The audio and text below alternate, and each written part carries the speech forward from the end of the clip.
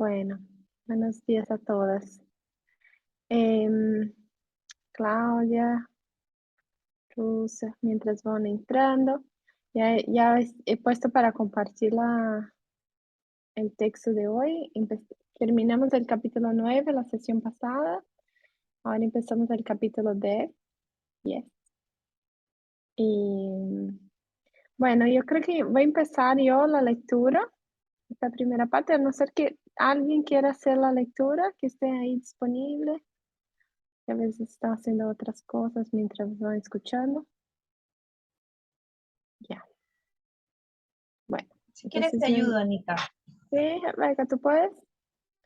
Sí. Ya, ok, listo, entonces empiezas tú, por favor, gracias.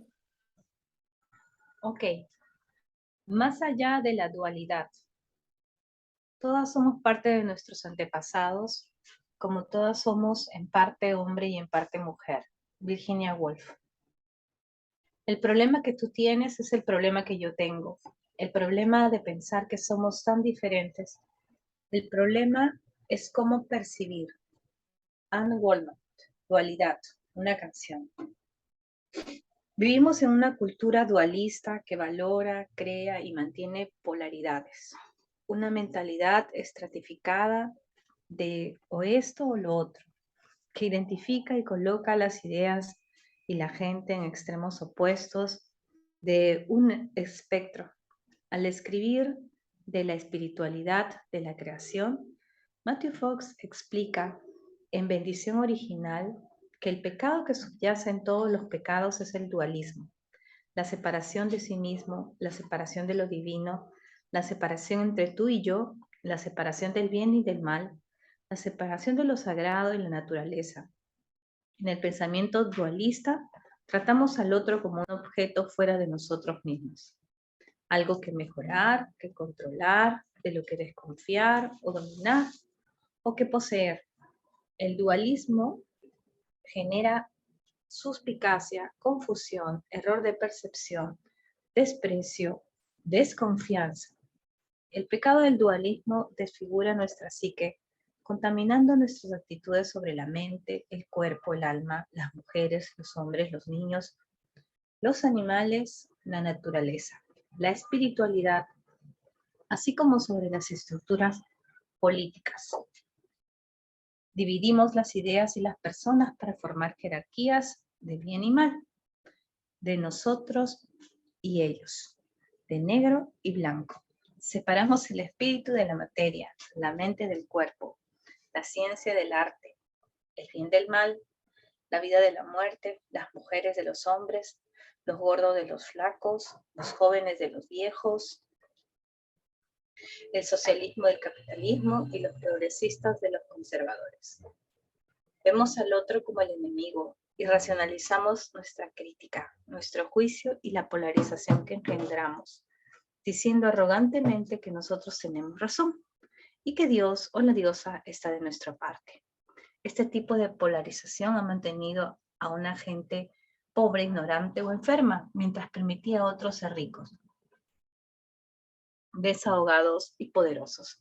Ha permitido a las nacionalidades afirmar su supremacía sobre las personas cuyas creencias religiosas o visión de la realidad desdeñaban. Ha permitido a las feministas culpar a los hombres por el desequilibrio en el planeta, sin responsabilizarse de su propio deseo de control y de su propia avaricia. Ha permitido a los hombres zafarse del dolor del autoexamen, requisito fundamental para el cambio, mientras exigen que la mujer asuma toda la carga de su propio trabajo emocional. Ha otorgado a los poderosos el permiso de suprimir y distorsionar el conocimiento, censurar la expresión, esterilizar a los incapaces y causar un sufrimiento increíble. En todo el planeta, la arrogancia humana no ve que todos somos uno y coexistimos en un continuo de vida. La polarización nos lleva a ver al otro como una cosa. El filósofo Martin Buber describió las formas conflictivas en que los seres humanos se veían a sí mismos y a los demás en su libro Yo y tú. Describe dos actitudes, la del yo slash eso y la del yo slash tú. La actitud del yo slash eso trata al otro como una cosa separada de uno mismo, algo que medir, organizar y controlar. La actitud de yo slash eso no reconoce al otro como sagrado. La actitud de tú de yo slash tú se dirige al otro como un igual y unido a uno mismo. Baber dice que el tú no puede ser controlado o hallado si se busca. Nos encontramos con el tú por medio de la gracia en un misterio. El tú es una experiencia de lo sagrado. Si me dirijo a ti como tú en vez de como eso, ya seas humano, animal, roca o mar, y si honro a mi propia divinidad, entonces honraré lo sagrado que hay en ti y te permitiré vivir tu vida en la confianza, sin coerción ni control por mi parte. El maestro budista vietnamita Thich Nhat Hanh enseña que no puede haber dualidad, no puede haber un separado. Estamos todos interconectados, intersomos, no solo interactuamos. Para interser con algo o ser uno con algo, tenemos que comprenderlo. Tenemos que entrar en ello. No podemos quedarnos fuera y observarlo. No podemos estar solos. Tenemos que interser con todo. Esta hoja de papel es, porque todo lo demás es. Si miras bien esta hoja de papel, verás claramente que hay una nube flotando en ella. Sin una nube no puede haber lluvia. Sin la lluvia no pueden crecer los árboles. Y sin los árboles no podemos hacer papel. La nube es esencial para que exista el papel. Si no hay nube aquí, tampoco puede haber aquí una hoja de papel. Así podemos decir que la nube y el papel interson. La forma está vacía de ser un separado, pero está llena de todo el cosmos. Sigue explicando que la dualidad es una ilusión. Hay derecha y hay izquierda. Si tomas partido, estás intentando eliminar la mitad de la realidad, lo cual es imposible. Es una ilusión creer que se puede tener la derecha sin la izquierda, el bien sin el mal, mujeres sin hombres, rosas sin basura.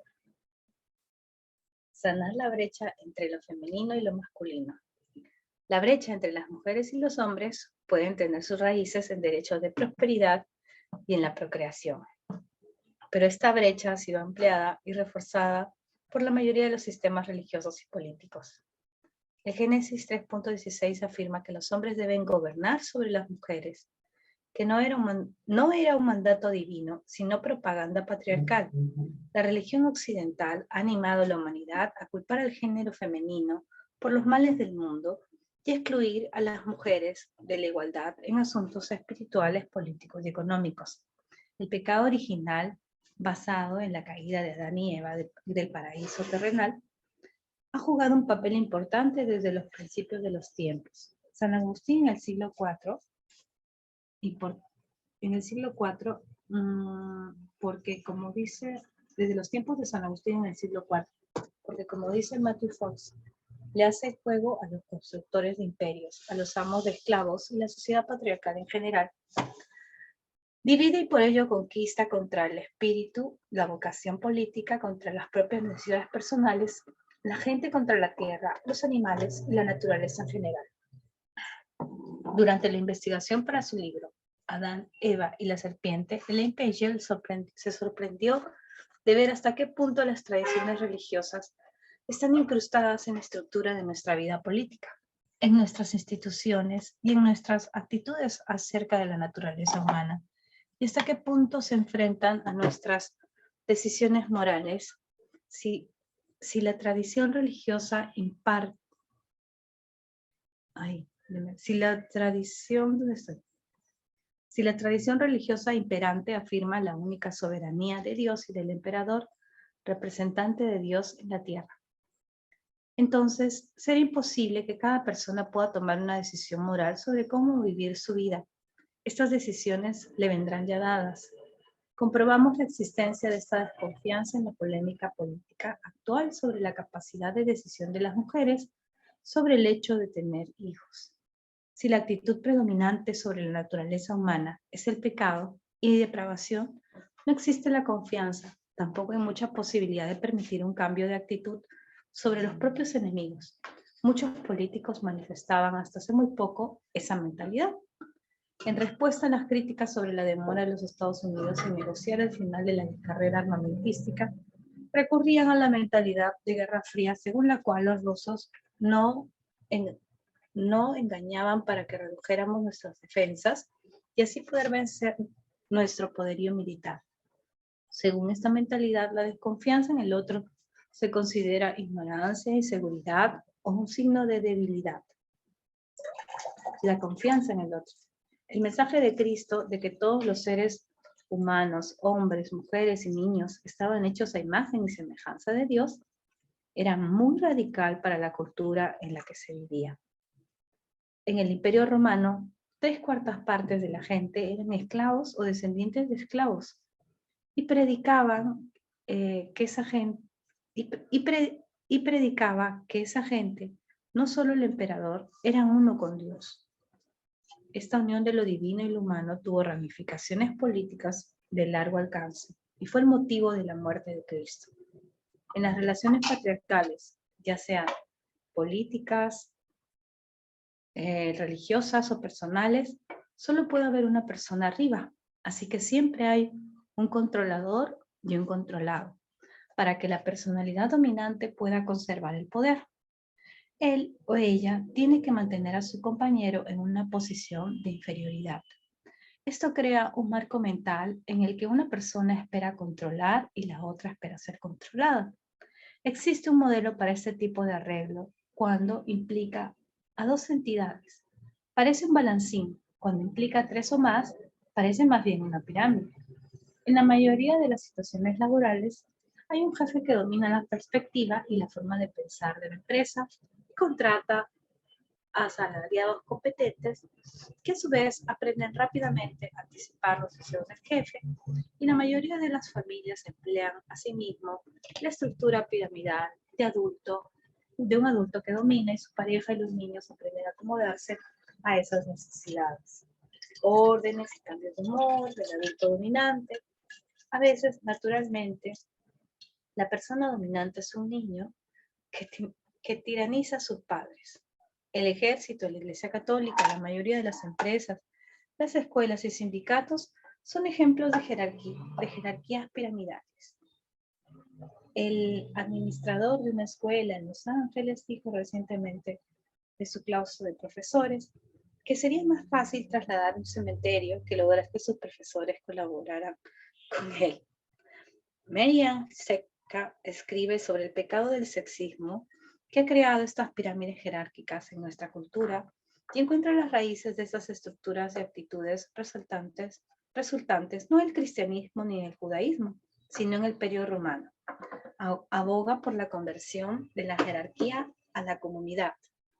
Mark Ellis, de la Escuela de Teología Maryholt, sostiene que la vocación central de los católicos, hoy tanto como iglesia como en calidad de individuos, es llamar a la conversión del imperio a la comunidad. Salirse del imperio es disociarse de la pirámide. La estructura de la comunidad es circular. En un círculo el movimiento se da con facilidad y no a costa de otro. El círculo general es una forma básica de una rueda y como tal es la estructura social apropiada para un pueblo peregrino, un pueblo que viaja unido. Las personas dentro de un círculo comparten una misma perspectiva, pueden mirarse unas a otras. El círculo facilita la responsabilidad. Hasta acá, Rebeca. ¿Algún comentario? Bueno, yo el primero que sí estoy totalmente de acuerdo en esto de las dualidades que están tan presentes en estas estructuras sociales, ¿no? En las estructuras de clase, de raza, etc. Pero en esa parte donde habla de las feministas, ¿no? Que dice que culpan a los hombres de sostener esas estructuras y no su afán extractivista.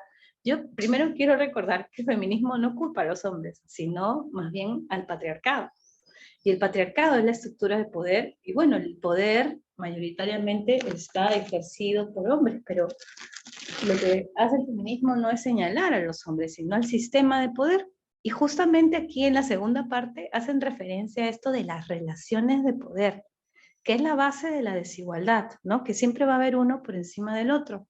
Y eso es algo que se replica desde lo público, es decir, desde lo que vemos en los estratos de gobierno, desde lo que vemos en quienes nos manejan, nos dirigen a nivel de Estado, a lo interno, es decir, a nuestras casas, a nuestras relaciones personales, a nuestras relaciones con las otras, con los otros, con las otras, ¿no? Y eso es el poder está presente allí. Eso es lo que sostiene las desigualdades, la cultura de violación, la propia violencia, el abuso, etcétera, ¿no?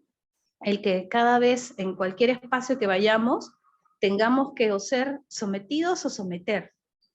¿Y cómo es esto lo que va generando estas dinámicas de trato y de relación que lo que hacen es separar y no facilitar esta cultura, este sentido de comunidad de lo que hablaba al final, ¿no? Que es algo que cuando vas y observas otros espacios que no, por ejemplo, en las culturas andinas, amazónicas, otros espacios que han sobrevivido al colonialismo, se vive de esta manera, ¿no? Con el trabajo comunitario, donde se valora el apoyo de la comunidad, la presencia de la comunidad en la toma de decisiones, etcétera. Y yo creo que un poco es valorar este saber también en cómo desde allí gestionamos nuestras sociedades, o sea, cómo poder retornar en parte a esto para quizás buscar formar espacios más igualitarios, ¿no? Un mundo menos violento, menos injusto también, y ver como una forma distinta de relacionarnos, ¿no? Eso. Gracias, Anita. Gracias, Alberto. Em, a ver, si hay algún otro comentario antes de seguir. Bueno, hasta desde mi punto de vista, lo que más me llamó la atención acá es justo la parte donde ella dice que cuando tratamos esta dualidad, ¿no? De tú como el otro, ¿no? Como el eso, ¿no? Y se distancia de nuestra propia realidad y torna esto como algo que no es mi problema, ¿no? Es como, es la falta de escuchar el otro, ¿no? Esta falta de, de poder comprender o se poner en lugar del otro para integrar esas dos partes, ¿no? Que son polares, son distantes. Entonces, eh, ahí es donde yo creo que más me llama la atención, porque realmente vivimos actualmente en muchos sentidos en polaridades, ¿no? En la política, en las cuestiones sociales, en todas las cuestiones de reivindicación de derechos, como que las personas están se distanciando cada vez más en polaridades, ¿no? En extremos. Y, y falta este diálogo para integrar, ¿no? Entonces, al invés de tratar el otro como una cosa ahí que no comprendo muy bien, que no estoy de acuerdo en ni saber escuchar el otro, ¿no? Al invés de integrar, ponerse al lugar del otro. Así me, así me parece lo que es saber escuchar, ¿no? Porque a veces es lo más difícil, ¿no? Cuando uno se pone en una posición de yo tengo la razón, yo tengo y va con esta forma racional, es donde uno ya no integra, no puede integrar el otro lado, sin poner cuál es el otro contexto, ¿no? A ver si hay alguien más que quisiera comentar esta parte del texto que ha leído Rebeca. Un otro comentario. Esta parte de los feminismo, yo creo que a lo mejor ya está también, ya habla un poco de esto, ¿no? De que no se puede generalizar. Y cuando se habla de yo creo que dice las feministas que también buscan el poder. Entonces es como que cuando uno se va a la búsqueda de poder de dominación, ¿no? Y esta dominación entre uno y otro. Creo que no se puede generalizar y acá yo creo que habla de algo muy específico también. Hay que releer esta parte. A ver, Claudia, ¿te escucho? Hola, buenos días, chicas. No sé si me escuchan bien. Sí, Sí, bueno, si me escuchan agitadas porque las estoy escuchando mientras estoy haciendo ejercicio, caminando por el parque. Pero está súper interesante. Yo lo que siento de lo que he leído ahora, y de repente puede sonar un poco polémico, pero lo que creo que a nivel general se ha perdido la mirada sistémica, que somos sistemas, que todos estamos interconectados, que todos pertenecemos, que todos somos uno mismo y que todos tenemos también del otro. El problema que yo veo de la polaridad que vemos, porque si es machista, feminista, hombre, mujer, jerarquía arriba y abajo, todo de base tiene esa pérdida de la mirada sistémica, de que somos un sistema, porque cuando nosotros miramos todo como algo integrado, como que todo es necesario y todo y todo pertenece a como algo en común, ya no hay la mirada sesgada.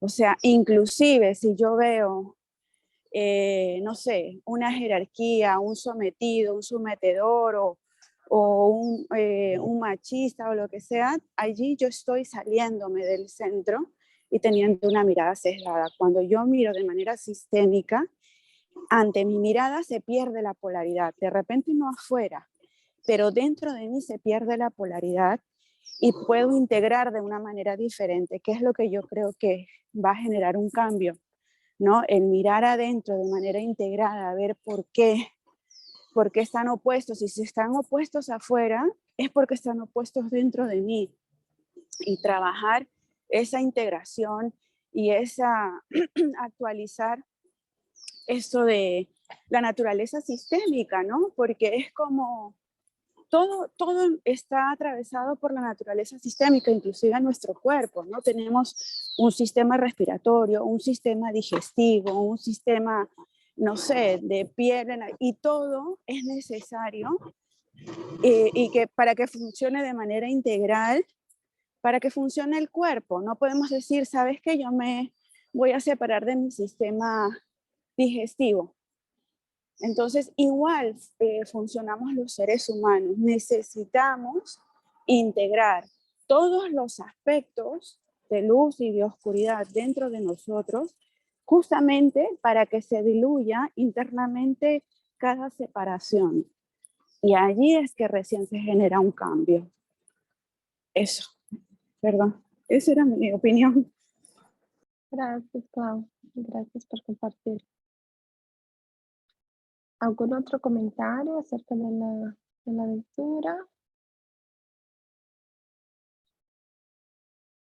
Bueno, seguimos un poco más entonces. A ver, estoy poniendo acá. ¿Alguien más quisiera hacer la lectura? ¿Alguien quiere continuar con el texto?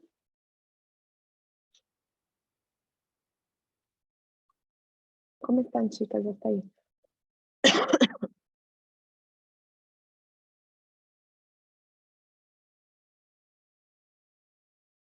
Bueno, si no, yo sigo con la lectura. Si alguien más quisiera hacer la lectura, me avise. A ver, una perspectiva circular. El círculo incluye, no excluye. El símbolo de lo femenino es el círculo, ejemplificado en el útero, el vaso y el grial. Las mujeres tienden a agruparse, les gusta relacionarse, ayudarse, sentirse conectadas. Siempre han hecho cosas juntas, como coser, hacer ganchillo, hacer conservas y vigilar a los niños en el parque. Se piden consejo y apoyo unas a otras y se alegran de sus mutuos éxitos. Las mujeres siempre se han encontrado en círculos, mirándose unas a otras como colegas sin poseer ninguna autoridad o poder sobre las demás. En el cáliz y la espada, Jan Eisler se basa en informes de excavaciones arqueológicas recientes en Marija, en Butas, para mostrar que las sociedades enteras solían basarse en el modelo del círculo o cáliz. en lugar del de la pirámide o espada. Estas sociedades ejemplificaban el modelo asociativo de poder con el vez del modelo dominador del poder sobre. Las sociedades neolíticas de la antigua Europa entre 7000 y 3000 a.C. eran civilizaciones con complejas instituciones religiosas y gubernamentales que usaban cobre y oro para ornamentos y utensilios. Poseían una escritura rudimentaria y tenían igualdad de sexos. Eran menos autoritarios y más pacíficos que las sociedades jerárquicas. Las excavaciones de Çatalhöyük y de Asilar en Turquía no mostraron ningún signo durante un periodo de más de 1500 años de daños por motivos de guerras ni de dominación masculina. La evidencia señala a una sociedad generalmente no estratificada y básicamente igualitaria, sin distinciones marcadas en base a clase social o sexo. Al mirar la colocación de los contenidos de enterramiento en casi todos los cementerios de la vieja Europa, Marija Gimbutas llegó a la conclusión de que existía en tiempos neolíticos una sociedad igualitaria de hombres y mujeres. Escribe: en el cementerio de 53 tumbas de Vinca, no existe apenas diferencia entre hombres y mujeres en cuanto a la riqueza del equipo mortuorio. En cuanto al papel de las mujeres en la sociedad, la evidencia de Vinca sugiere una sociedad igualitaria y claramente no patriarcal. Lo mismo puede decirse de la sociedad de Varna. No puedo ver allí ninguna gradación según una escala de valores patriarcal, masculino, femenino. Hacía indicios de que estas eran sociedades matrilineales en las que la descendencia y la herencia se transmitía a través de la mujer y estas jugaban papeles protagonistas en todos los aspectos de la vida. En los modelos de viviendas, santuario y templos y en restos de templos reales, se muestra a las mujeres preparando y supervisionando la preparación y realización de rituales dedicados a los diversos aspectos y funciones de la diosa. Se empleaba una gran cantidad de energía en la producción de objetos de culto y ofrendas votivas. Las creaciones más sofisticadas de la antigua Europa, las más exquisitas vasijas, esculturas, etc., existentes en la actualidad, fueron obra de la mujer. Las esculturas halladas en cuevas paleolíticas y en la superficie de llanuras de Anatolia, así como en otras excavaciones neolíticas de Oriente Medio, muestran que el culto a la diosa era el eje de toda la vida.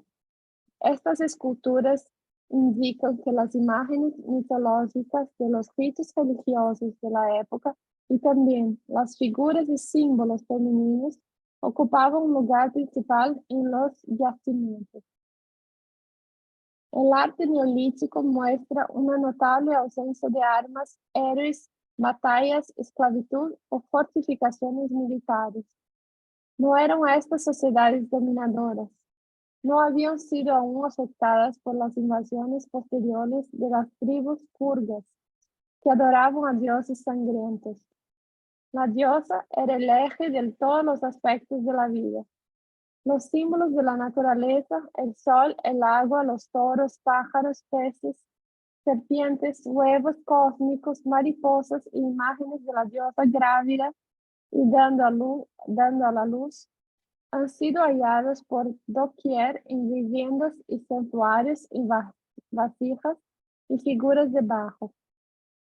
Y si la imagen religiosa principal era la mujer dando a luz y no, como en nuestros tiempos, un hombre muriendo en una cruz, sería razonable deducir que la vida y el amor a la vida, en lugar de la muerte y el miedo a la muerte, dominaban tanto en la sociedad como en el arte.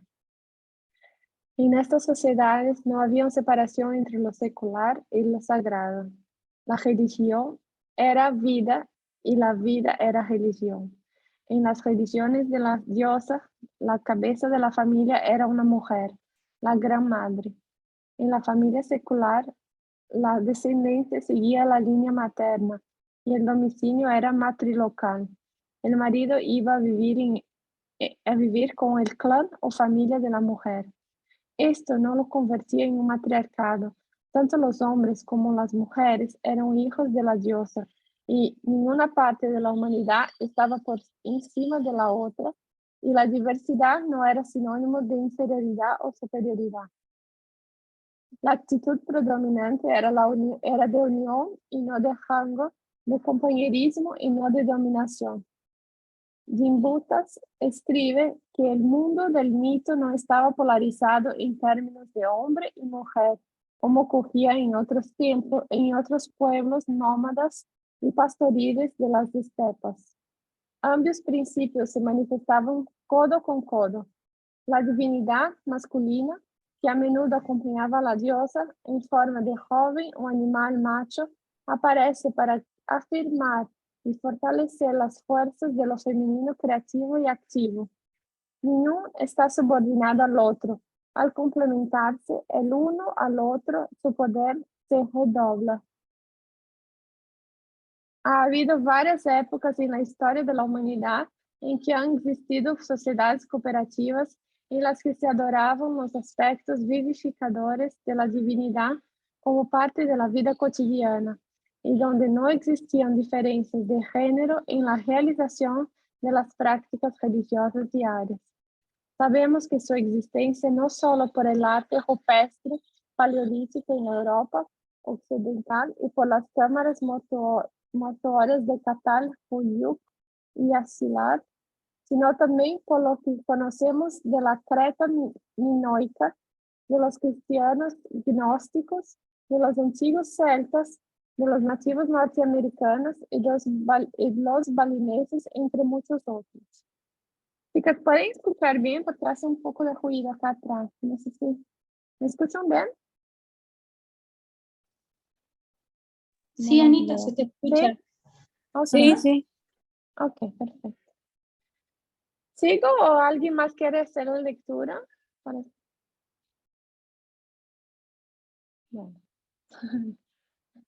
Ok, sigo yo entonces. Si no les gusta mi acento, que se voluntarien. A ver, la naturaleza Hola, dual de los... A ver. hola Anita, disculpa, no me he podido Sí. conectar, pero estoy con el celular solamente, entonces no sé si te podré ayudar bien para la No, lectura. tranquila, Alicia, si quieres puedes leer, si no, no hay problema, yo sigo, no hay problema. Como quieras. Sigue tú ya y voy a ver, voy a tratar de arreglar lo mío. A la Ok, próxima te ayudo. Gracias. ok. La naturaleza dual de lo divino. Mircea Eliade ha escrito sobre la naturaleza dual de lo divino que existe en muchas religiones, en las que hasta las divinidades más supremamente masculinas o femeninas eran andróginas. Bajo cualquier forma que se manifieste la divinidad, él o ella es la realidad última, el poder absoluto y esta realidad, este poder, no se deja limitar por ningún atributo de ninguna clase, bueno, malo, hombre, mujer o cualquier otro.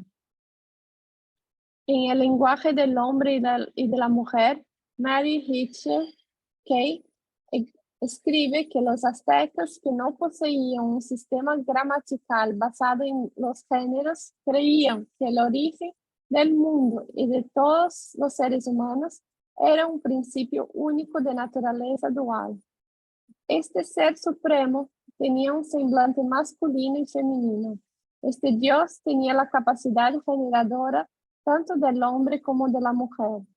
Esta deidad dual, o Meteot, tenía dos aspectos diferentes de un solo ser supremo. Hombre, dos, y Teot, Dios. Elaine Pageau escribe sobre los evangelios gnósticos, los 52 textos escritos por los primeros cristianos durante los siglos 1 al 4. que fueron descubiertos por un campesino árabe en Nag Hammadi, en el Alto Egipto, en 1945. Estas enseñanzas heréticas ofrecen pruebas de que Jesús habló de Dios Madre y Dios Padre.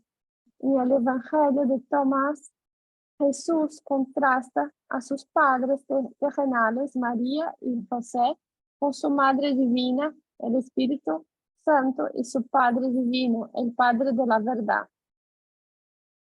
El Espíritu es a la vez Madre y Virgen, la consorte y compartida del Padre Celestial. En el Evangelio de Felipe, el misterio del nacimiento virginal de Cristo hace referencia a esta misteriosa unión de dos poderes divinos, el Padre y el Espíritu Santo. Además del silencio eterno y místico y de Espíritu Santo, la Madre Divina también fue caracterizada como Sofía, sabiduría, el pensamiento primordial. Además de ser la primera creadora universal de la que surgen todas las criaturas, también ilumina a los seres humanos y nos hace sabios. Hacia el año 200 después de Cristo, había desaparecido de la tradición cristiana casi por entero toda la imaginería femenina de Dios. Sin embargo, hasta esta época hay pruebas de que las mujeres ocupan puestos de poder en la iglesia. En grupos gnósticos como los valentinianos, se consideraba a las mujeres iguales a los hombres. A algunas se las reverenciaban como profetas, maestras, evangelizadoras, itinerantes, sanadoras, sacerdotes y quizá hasta obispos. Esto no era aplicable de forma generalizada, pero alrededor del año 180, Clemente de Alejandría, padre venerado de la iglesia egipcia, que se identificaba a sí mismo como ortodoxo, pero que no tenía contacto con los grupos gnósticos, escribía así: los hombres, las mujeres comparten igualmente la perfección y deben recibir la misma instrucción y la misma disciplina, pues el nombre de humanidad es común tanto a hombres como a mujeres, y para nosotros en Cristo no hay ni varón ni hembra. La actitud igualitaria de Clemente halló desafortunadamente escaso eco entre otros líderes de la Iglesia del siglo II. La conciencia de la jerarquía masculina no admitía la igualdad de las mujeres ni sobre la base secular ni teológica. El hecho de que prevalezcan las posibilidades creativas o la destrucción regresiva no depende de la naturaleza del arquetipo o mito, sino de la actitud y del grado de conciencia. Clemente halló que su perspectiva, formada en la atmósfera cosmopolita de Alejandría, entre los miembros educados y opulentos de la sociedad egipcia, tenía poco impacto sobre la mayoría de las comunidades cristianas de la Europa occidental, desperdigadas por Asia Menor, Grecia, Roma, las provincias africanas y la Galia. Bueno, hacemos una pausa. A ver comentarios, chicas. ¿Algún comentario hasta ahí acerca de esta parte? De las religiones, del papel de la mujer en la religión. ¿Cómo fue? Yo creo que esto ya hemos hablado en varios momentos, ¿no? De cómo se apagó de los registros, de los registros, no solo en la religión, pero en todas las expansiones que hay de esto en nuestra sociedad, ¿no? Rebeca, ¿quisiera comentar algo? Sí, justo eso, Anita, el Vaticano, pues, ¿no? Cuando vas al Vaticano y ves todo lo que hay ahí, por ningún lado hay mujeres, ¿no? Solamente la mujer está representada en la figura de la Virgen María. Y esto que tampoco no es que sea mucho, porque mayormente son las figuras de los hombres, y de Jesús, y Dios, y el Espíritu Santo, ¿no? O sea, es como que esa trinidad, ¿no? Y esta instauración del poder desde el padre y el hijo en contraparte a lo que era antes, que era la madre y el hijo, ¿no? Y es muy chocante entrar ahí a ese espacio tan opulento, ¿no? Tan grande y no encontrar representaciones femeninas. Porque eso también es un lenguaje, pues, ¿no? Ese es el centro del poder religioso de uno de los momentos más largos del mundo. Creo en que el cristianismo fue una de las religiones más poderosas y hasta ahora lo sigue siendo, pero es como la mujer está prácticamente invisibilizada y su rol se reduce a reproductivo, de crianza, de maternidad, pero no para nada dentro de compartir algo del poder, ¿no? Y bueno, también como el patriarcado se institucionaliza desde la religión, ¿no? Porque el patriarcado se sostiene con la religión también. Se legitima desde la religión. Eso, Anita, gracias. Gracias.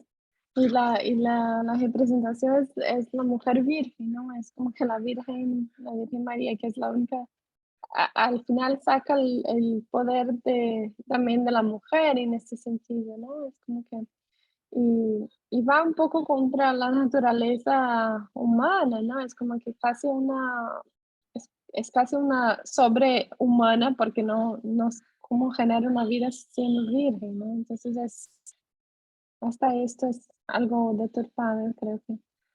Bueno, Claudia, gracias, Rebeca.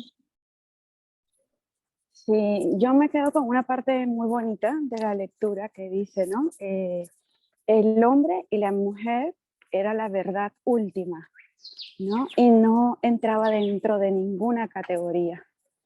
Y qué bonito, ¿no? Como, y también lo que decía, que el círculo integra, incluye, no excluye. Yo creo que este es el proceso, ¿no? Pienso que inclusive es el proceso en el que estamos ahora, ¿no? En la etapa que estamos ahora. Y al final es como que el objetivo es regresar a la esencia, a las raíces, a lo antiguo, a lo que era, ¿no? Y el volver a encontrar eso, de repente no sé si de forma externa podría hacerse que todo el planeta entre otra vez allí, ¿no? En esa secuencia, en ese estado, pero internamente creo que es como llegar al nirvana. Wow, imagínate internamente o externamente llegar a un lugar donde todo está integrado, donde no hay polaridad, donde todo va de la mano y es necesario y complementa. ¿Qué te puede transmitir eso que no sea paz? ¿No?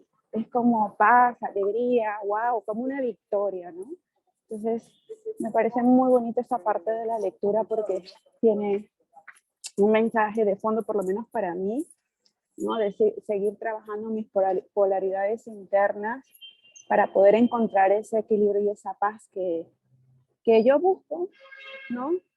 Que se ha perdido a través de los siglos, ¿no? Porque ni siquiera es que se ha perdido en mi sistema familiar, sino que esto viene desde la historia, ¿no?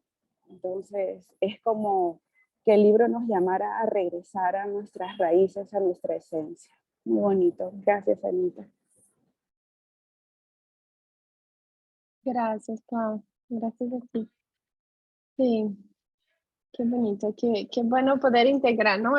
Imaginar esta integración en nuestros diversos ambientes, ¿no? Si no tuviéramos que luchar por los derechos de género y todo esto, es como que ya que esto se vea dado, creo que, como se dice, libera una energía ahí que está puesta para algo como que de lucha, ¿no? Y esto trae esta paz que tú describes. Muy bien, gracias.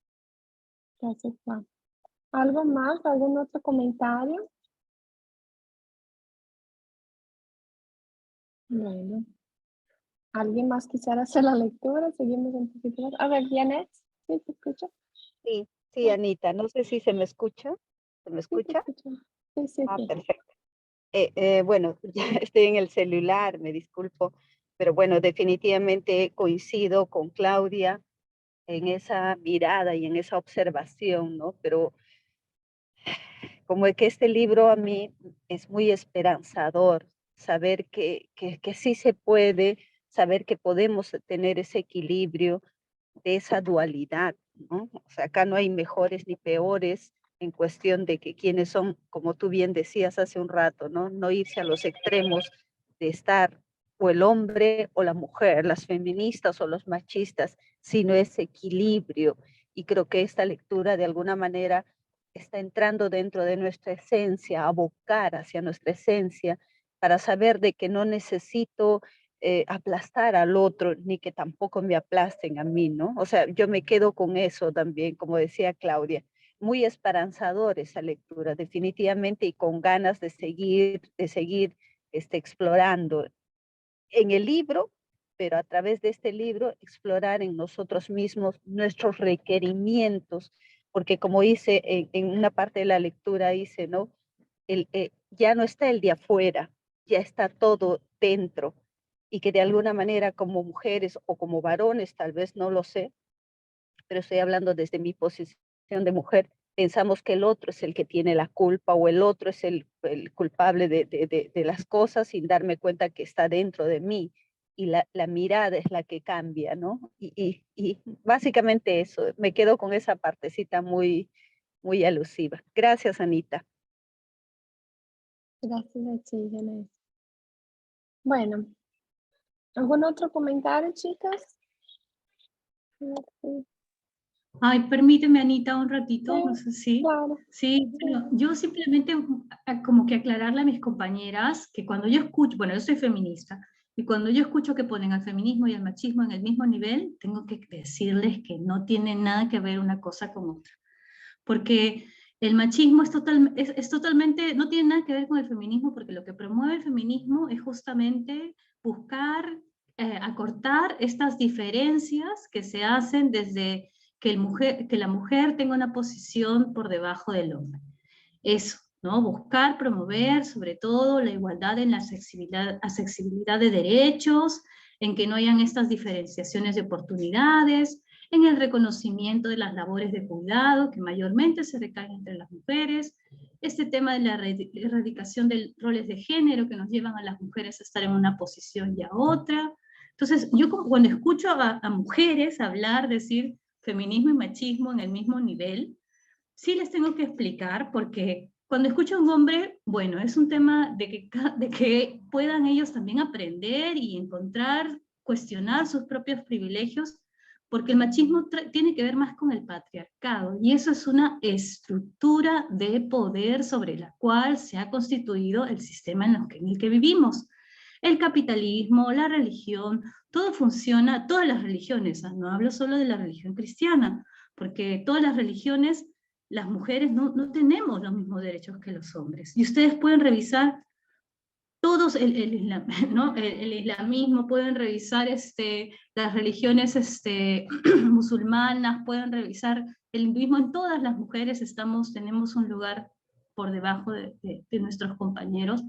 Y para el feminismo no es que los hombres son el problema, sino el problema es el sistema patriarcal, que lo que hace es oprimirnos tanto a hombres como mujeres.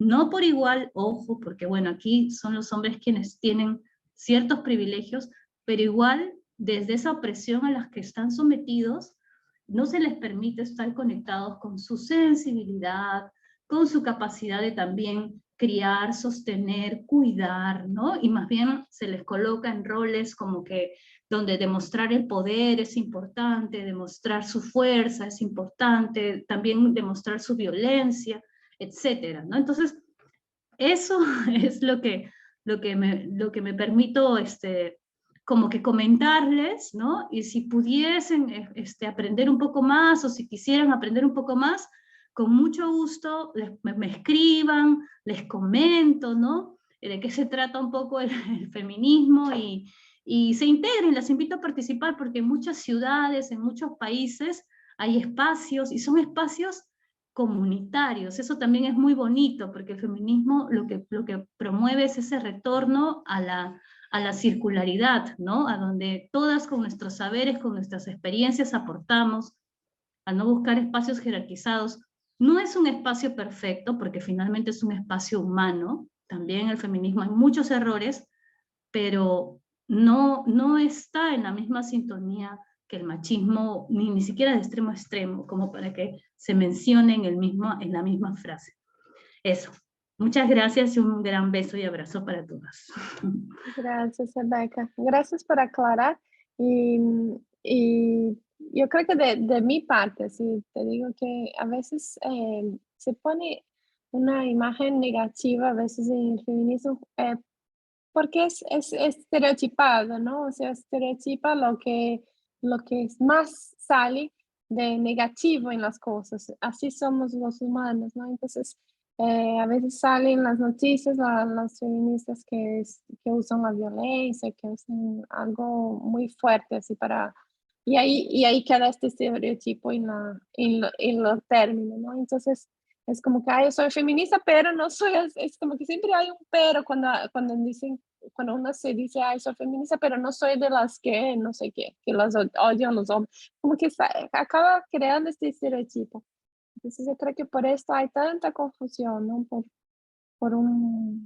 Porque algunas acaban yendo al extremo y queda más de lo mismo, ¿no? Cuando uno va al extremo de la búsqueda del poder o de la violencia, o hace como tú dices, ¿no? Que no sea un sistema circular y que sí, hay estas manifestaciones de odio, creo que ahí genera esta imagen en las personas.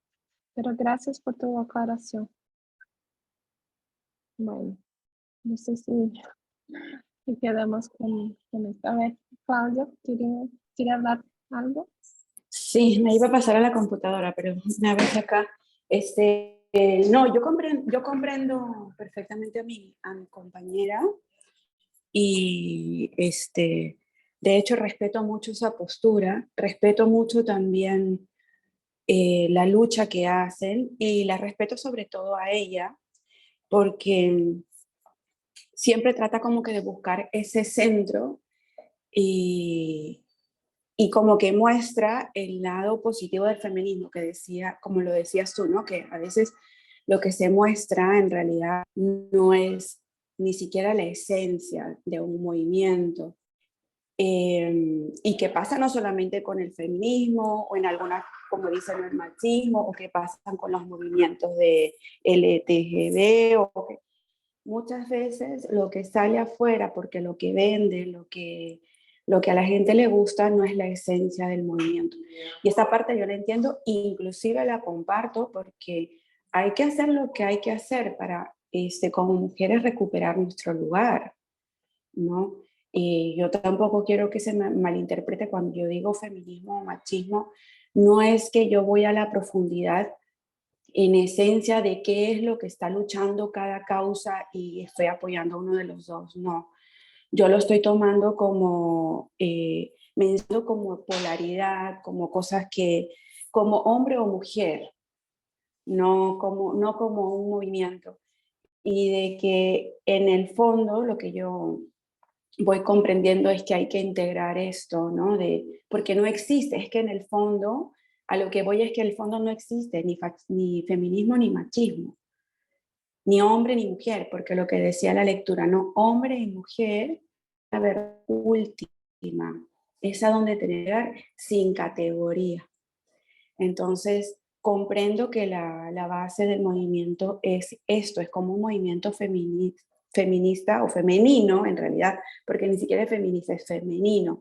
Esto de integrar, esto de acoplar, esto de balancear, es una cualidad muy femenina. Viene en nuestra naturaleza, entonces sí, está bañado por esta cualidad femenina, pero a final de cuentas, somos todos como uno solo.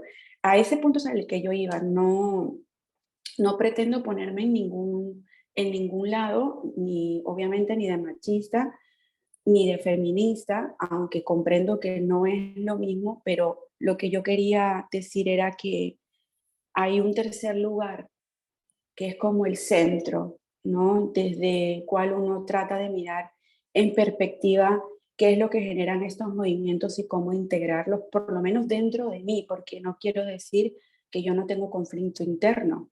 Con hombre y mujer también lo tengo, lo vivo cada día. Para mí es, por ejemplo, muy difícil mi relación con pareja, mantenerme en una relación de pareja. Para empezar, porque las cuestiones culturales son muy diferentes. Yo fui criada en una familia donde no se categorizaba porque eras hombre o mujer. Mis hermanos hombre o mi hermana mujer y yo teníamos los mismos derechos y los mismos deberes, las mismas obligaciones. Y no importaba, lo único que podía cambiar era por la edad, no por la capacidad que tenías para la edad. Y yo, bueno, estoy en una relación donde la crianza ha sido totalmente diferente, ¿no? Donde el hombre es como un rey que se sienta en el trono y la mujer le sirve, le hace todo, y para mí ha sido súper chocante. Entonces, pero gracias a que puedo ver ese lado, que no sé si llamarlo machista, la verdad, porque a veces yo lo veo hasta como una cuestión de cultura, de historia, me ha ayudado también a mí a integrar la parte masculina de una manera diferente, que ha sido doloroso, ha sido conflictivo, ha sido novedoso, sí, pero era una parte también necesaria para mi crecimiento y mi desarrollo. Sin eso, yo no estaría completa. Obviamente, el que se tuvo que sacrificar fue mi pareja, porque ha sido con el que he tenido que tener los confrontamientos, ¿no? Pero ha sido necesario, y viceversa también. Para él ha sido todo un aprendizaje, ¿no? Estar con una mujer que no tenía los mismos conceptos de relación de pareja que tenía él, ¿no? Donde pensaba que la mujer le venía a servir y se encontró con una que digo, no, yo soy igual que tú. Hay algunas diferencias por habilidades que podemos desarrollar cada uno por su sexo, sí, no sé, se me hace más fácil a mí tejer, por ejemplo, no sé. Pero también fue una confrontación para él y también fue un trabajo de integración, que si no lo hiciéramos, no podríamos seguir caminando como pareja, tendríamos que separarnos, ¿no? Entonces, a esa parte sé que todavía me falta mucho por aprender y que es muy profundo esto, pero yo trato también de comprenderlo, integrarlo desde mi realidad, desde mi naturaleza, desde lo que he vivido, desde lo que he aprendido, desde lo que he estudiado, de lo que me he formado, ¿no? De un lugar muy neutral. Trato de ser muy neutral, porque a mí la polaridad siempre me creó mucho sufrimiento, ¿no? El no poder aceptar a mi padre, por ejemplo, porque había dañado a mi madre internamente, a mí me generaba sufrimiento. Y necesité toda una transformación para poder integrarlos a los dos en su lugar sin categorizar quién fue bueno y quién fue malo. Entonces va atravesado en toda nuestra historia esto de la polaridad. Muchas gracias, Anita. Gracias, Juan. Bueno, gracias a todos que están compartiendo ahí. A ver, ¿alguien más o seguimos un poquito más con la lectura, les parece? A ver, compartir. ¿Alguien quisiera hacer la lectura? Yo, Anita, si gustas. Sí, Dora. Perfecto, gracias, Dora. Buenos días a todas. Buenos días. Ahí Okay. está. Cristianismo celta. ¿Ahí? Ahí está. Ok. Cristianismo celta. La semilla del cristianismo inicial floreció en distintas tierras, acomodándose a la cultura en la que se enraizaba. Los primeros celtas eran un pueblo tribal cuya sociedad estaba por entero orientada hacia la integración de la espiritualidad y la vida. Creían que toda la vida emanaba de la fuente y que la función de la vida era vivir en armonía con los reinos invisibles. La triple espiral hallada en el arte celta refleja la energía de la triple diosa: el mundo causal, el mundo del pensamiento, el mundo místico y el mundo físico. Como la deidad se hallaba tanto en la naturaleza como en el alma, el mundo natural se consideraba una puerta hacia los reinos invisibles.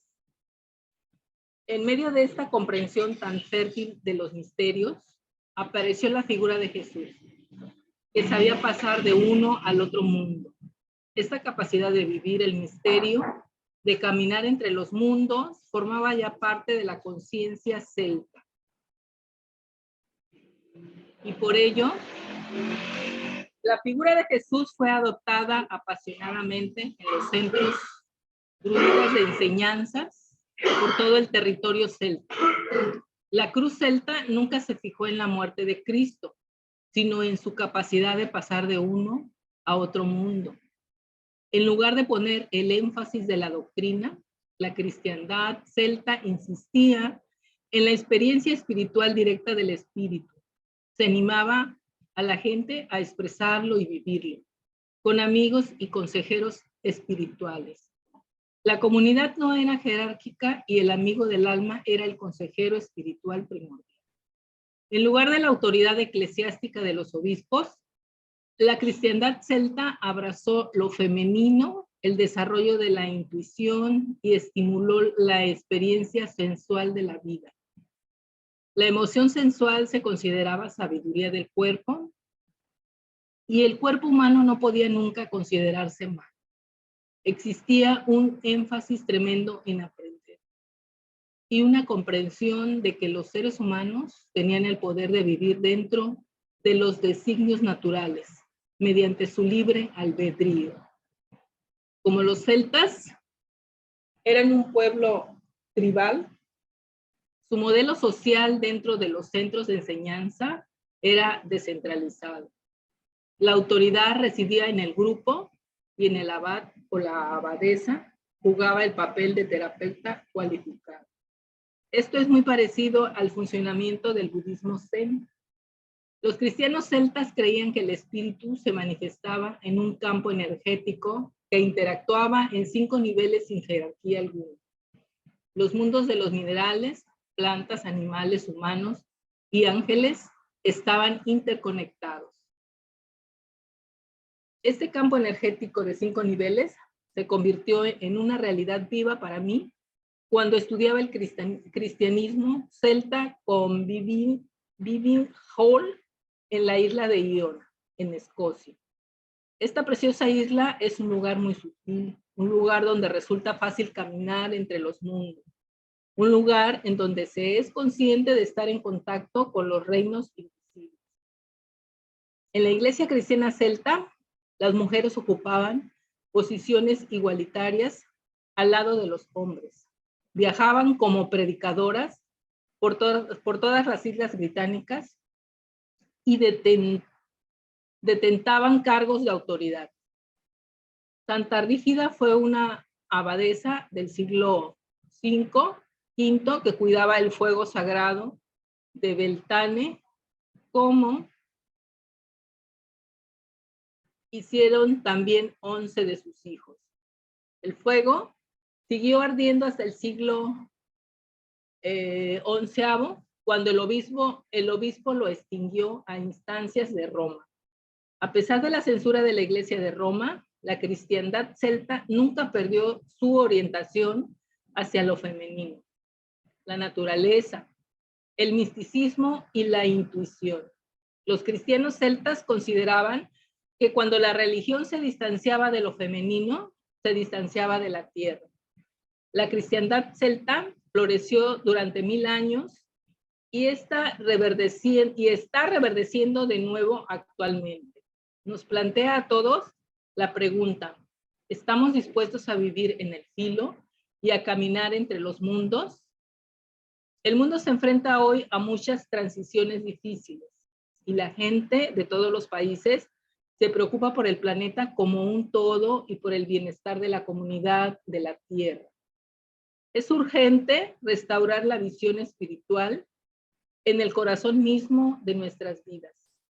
A medida que nos acercamos al milenio, retornan muchas de las antiguas enseñanzas que hablan de la interrelación de la materia y el espíritu, del cuerpo, de la mente, de la naturaleza y lo sagrado, de lo humano y lo divino.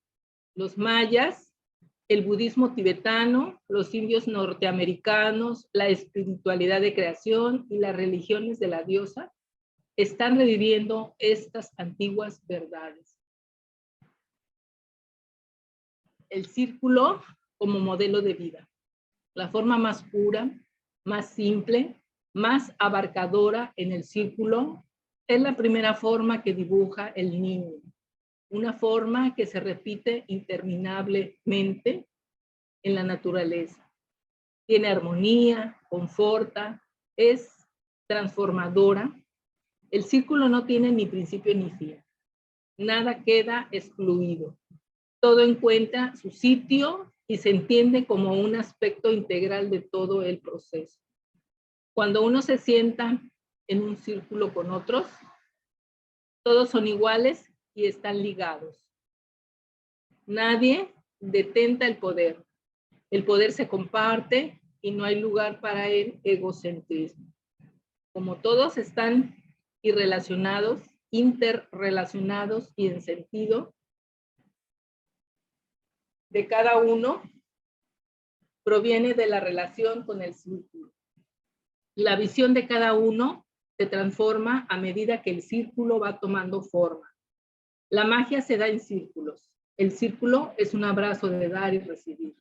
Nos enseña el amor incondicional.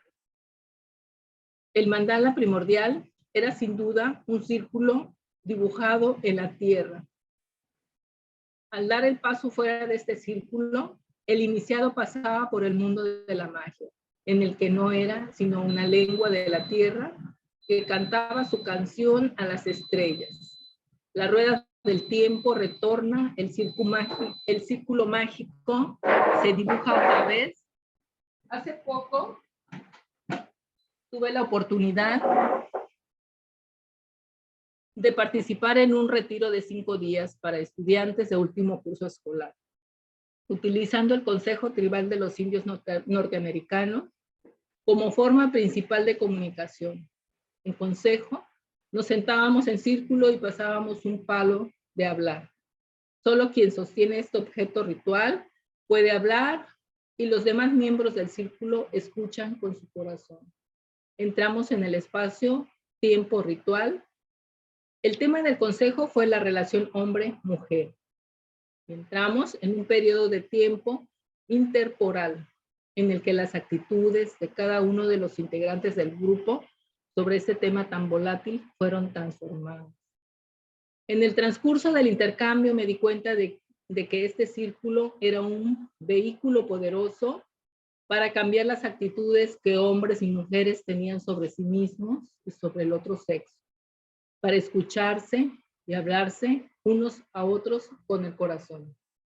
Se habló del dolor de una adolescente acosada sexualmente por su padre y de su indignación resultante hacia todos los hombres por no impedir el abuso sutil y descubierto de las mujeres.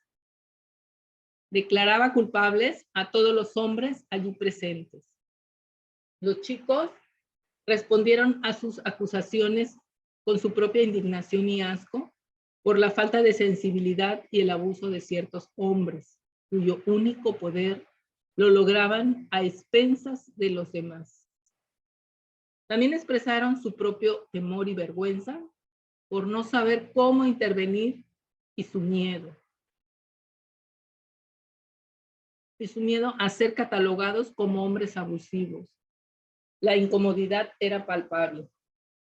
Las chicas expresaron su indignación por el acoso sexual en la calle y el temor por su propia seguridad. Los chicos hablaron de su falta de seguridad física al tener que encajar en esta cultura en la imagen del hombre macho y sobre su confusión, sobre cómo estar con chicas como amigos sin necesidad de convertirlo en una relación sexual. Las chicas hablaron de cómo se sentían juzgadas por su apariencia y por sus cuerpos, y de cómo necesitaban ser más listas que sus compañeros para llamar la atención de la clase. Los chicos describieron el enfado y frustración que les producía escuchar a sus amigos hablar de los éxitos sexuales que habían tenido con chicas que eran sus amigas. Tanto los chicos como las chicas hablaron de su miedo a la separación de la familia y de los amigos cuando tuvieran que ir a la universidad. Hubo muchas lágrimas y muchos momentos tensos. Se expresó ira por todos los prejuicios que la gente tenía sobre los demás.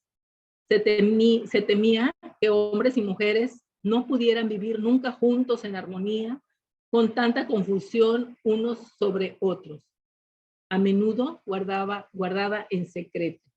Oímos hablar sobre los prejuicios que se tienen sobre los de otra raza, edad o preferencia sexual.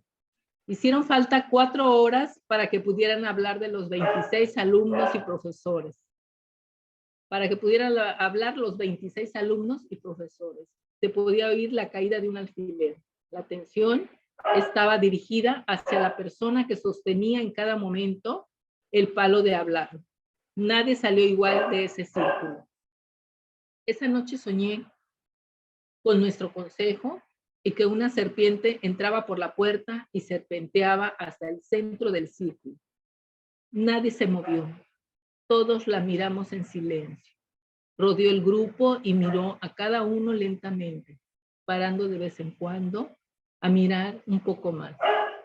Finalmente, se me quedó mirando profundamente, tal vez incluso a través en mí, abrió la boca y dijo una palabra, pero la dijo con tal énfasis que entendí inmediatamente: transformación. Sí.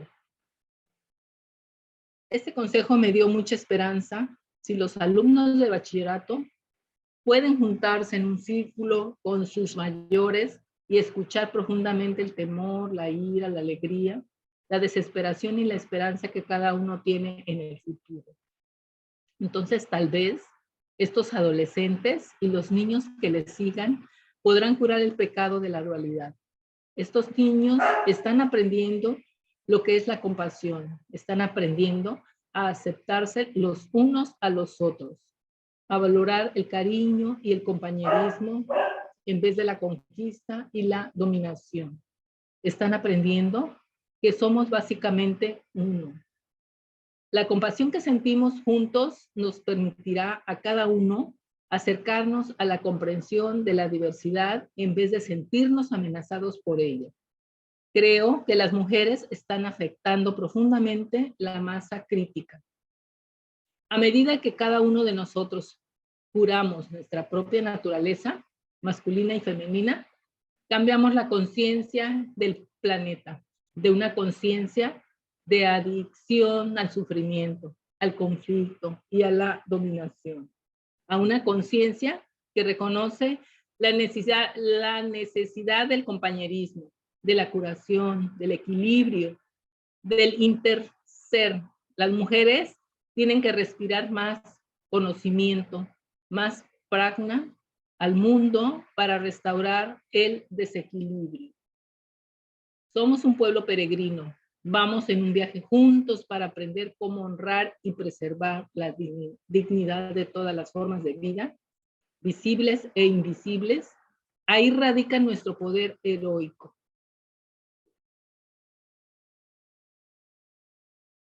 Bueno, Gracias. gracias a ti, Dora. ¿Quisiera comentar algo de lo que ha leído? No, por el momento no. Ok. Estoy apenas digiriendo lo que leí. Gracias. Ok, gracias a ti. ¿Algún comentario, chica, de esta parte de que ha leído Dora? Qué bonito, ¿no? Relato de la experiencia de hacer un círculo con ambos hombres y mujeres y que ahí uno puede expresarse sin juicio, ¿no? Sin tener miedo de que uno va a pensar o hablar de sus propios miedos y poder ahí expresarse de una forma más libre. ¿Algún otro comentario? No sé si cómo están hasta ahí. Hemos terminado el capítulo 10 y creo que estamos en el fin del libro ya. Tiene solo el capítulo de conclusión ahora. Bueno, ¿cómo están, chicas? Hasta ahí. Como dice Dora, a digerir. Sí, muy Rebeca. linda esta parte, muy conmovedora y esperanzadora también, ¿no?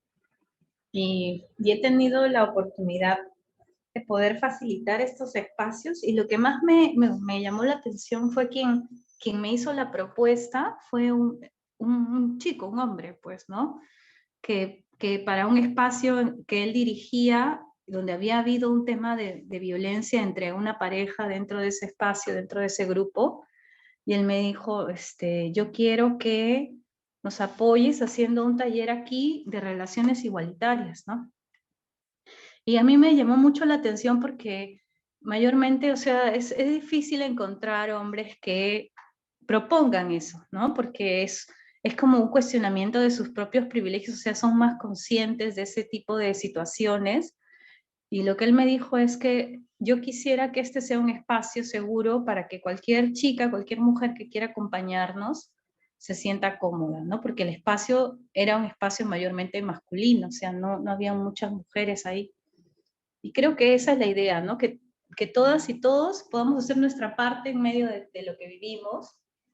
Y obviamente que eso pasa por un momento incómodo, pero creo que es necesario, o sea, en todos los espacios es necesario tener esas conversaciones incómodas para poder tomar conciencia de los cambios que necesitamos, para poder reflexionar sobre aquellas actitudes que no están siendo justas con las otras personas, con nosotras mismas, ¿no? Y desde allí poder hacer cosas distintas, ¿no? Nada cambia si es que no hay como que una disrupción, como que un choque, ¿no? De alguna manera se tiene que producir porque de la mano, o sea, viéndonos las caras sonrientes, no es que se hacen los cambios pasan por estas situaciones difíciles a veces que nos hacen crecer y que nos hacen evolucionar y que nos llevan a ser esa persona, ese ser que esté integrado y que no se vea de una forma individual.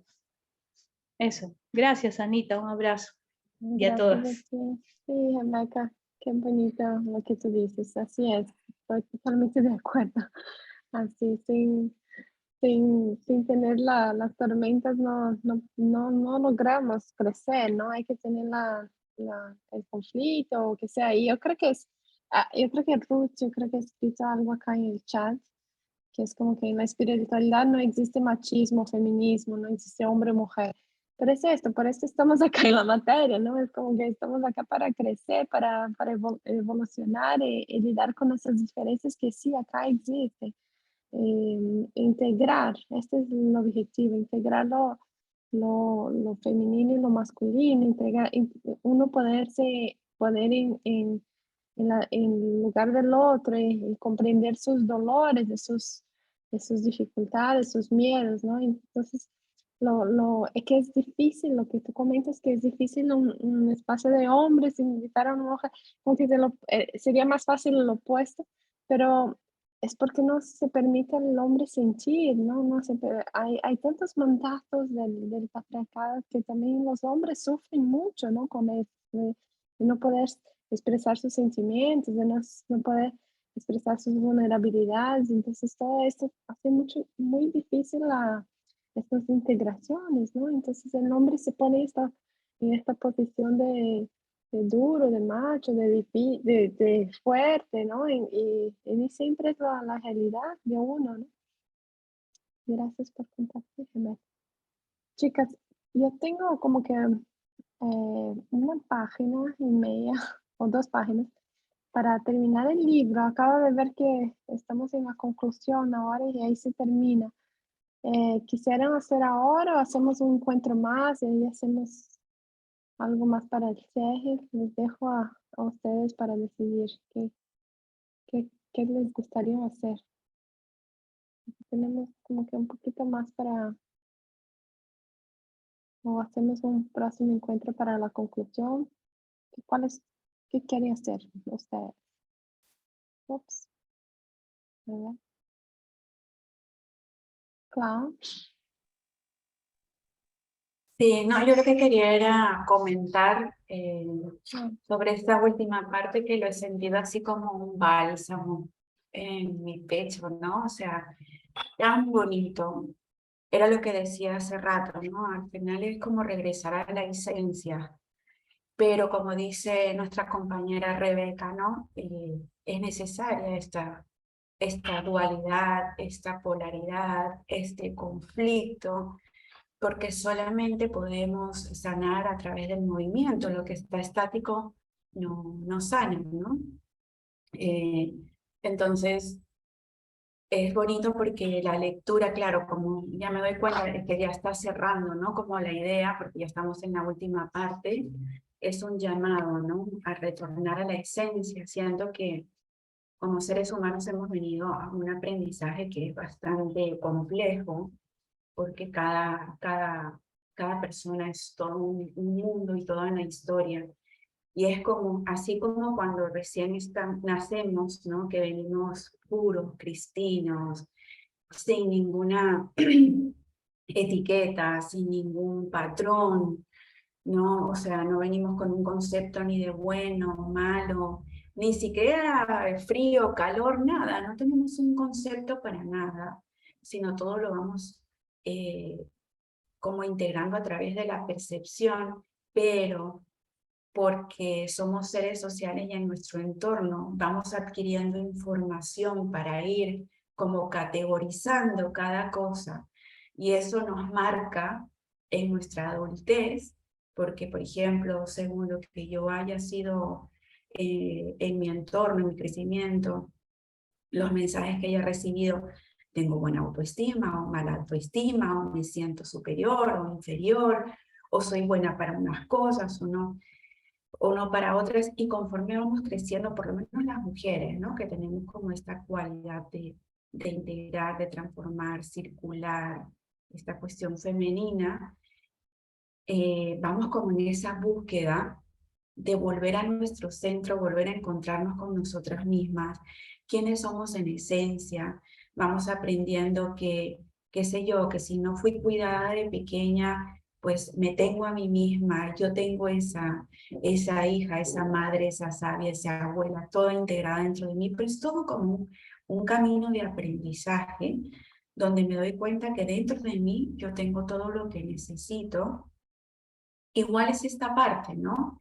Es algo que también hemos ido categorizando y aprendiendo con nuestra crianza, el país donde hemos nacido, muchas cosas, muchas influencias, y es también volver a la esencia, ¿no? Ok, ya aprendimos y salimos al mundo y vimos lo que es la polaridad, el hombre, la mujer, la religión, los conocimientos, la separación, y ahora es momento en nuestra vida de ir empezando a entrar a nuestro centro, nuestra esencia, nuestra integración, ¿no? Esta mirada sistémica, todos somos unos, es volver. Entonces es muy bonito porque es como un viaje necesario. Yo no puedo crecer, madurar, desarrollar sabiduría sin haber viajado por todas estas polaridades, conflictos, dolores, crisis, etcétera, ¿no? Como decía nuestra compañera Rebe, en la calma, pues no se hace ninguna transformación. Si mi vida hubiese sido perfecta siempre, ¿qué sabiduría tendría? No sabría ni siquiera gestionar una emoción, porque no sabría cómo no desarrollar una herramienta. Entonces es bonito porque es como ir por la universidad de la vida, adquiriendo conocimientos y tomando las herramientas que a mí me han servido para luego empezar a integrar y a sanar o a reconstruir todos esos conceptos internos y entrar en un lugar de paz, de libertad, de tranquilidad, donde no tengo que escoger, donde estoy libre, ¿no? O sea, entonces lo he sentido así como un bálsamo, como si una mamá me hubiese puesto, pues no sé, una cremita muy olorosa en el pecho, me hubiese estado acariciando en forma circular el pecho y dándome ahí, dándome muy sanador. Me ha aperturado el corazón, el amor, la compasión, ¿no? Y siento eso, como mucho amor ahora. Y nada, muy bonito este mensaje del libro. Gracias, gracias Anita. Gracias, Clau. Gracias a ti. Chicas, ¿alguien más? Yo creo que hacemos la conclusión en la próxima sesión, hacemos algo bonito ahí, si quieren, podemos hacer algo para integrar todo este que hemos leído por estos meses todos ahí. Bueno, no sé si alguien más quisiera comentar algo. Estamos ya al fin de la Anita, conferencia. Sí, sí, sí. hoy día ha sido un día fatídico porque no podía ingresar y todavía estoy a través del celular. Así que, bueno, lo poco lo poco que he logrado escuchar y percatarme es maravilloso. Una pena que ya estemos terminando este libro. No sé si va a haber otra próxima oportunidad, Anita, pero ideal sería que lo termináramos la próxima semana y poder mandar antes un WhatsApp para todas las chicas que no están enteradas que ya se termina el libro y se puedan ingresar y todos sacar las conclusiones que nosotros y aclarar dudas. Y mientras tanto yo quería, no sé, me ha hecho tanto sentido ver una serie que se llama Mi Otra Yo, que le recomendó parece que de Rebeca, que realmente está en Netflix, realmente fantástica, y hace mucho sentido hasta en cierta forma a lo que hemos estado viendo acá, cómo influencia el pasado de nuestras madres o lo que hemos vivido con nuestras madres, con nuestros parientes, y cómo eso se va transmitiendo inconscientemente y te afecta de todas maneras. Entonces como que hace una relación con todo esto, así que les recomiendo, chicas, ver esa serie porque a mí me impactó y estuve ayer todo el día viéndola realmente. Así que me acordé mucho de lo que hemos leído ahora y de lo que he aprendido en todas estas lecturas con Anita. Así que eso, un abrazo y disculpa Anita, pero hoy día no pude ingresar para ayudar con la lectura. Un abrazo. No, gracias a ti. Gracias Y por Anita, estar. Sí. justo quiero decir eso, lo que dice Alicia. Esta serie justo te lleva de nuevo a la mirada sistémica, al centro, a la esencia, donde todo se integra. Es un círculo. De hecho, la serie se trata pues de constelaciones familiares y las constelaciones se hacen así, en círculo, de forma circular. Y se trata de integrar y de reconciliar. Es muy bonita. A mí me pareció cortísima, me quedé con ganas y me enojé. Porque digo, wow, ahora tengo que esperar hasta que haya la nueva temporada. Pero sí, es llamar otra vez, pues, ¿no? A la integración, al centro, al círculo, a lo sistémico. Muy bonita, recomendada. Gracias, chicas. Gracias. Anita, y es turca, es turca. Sí.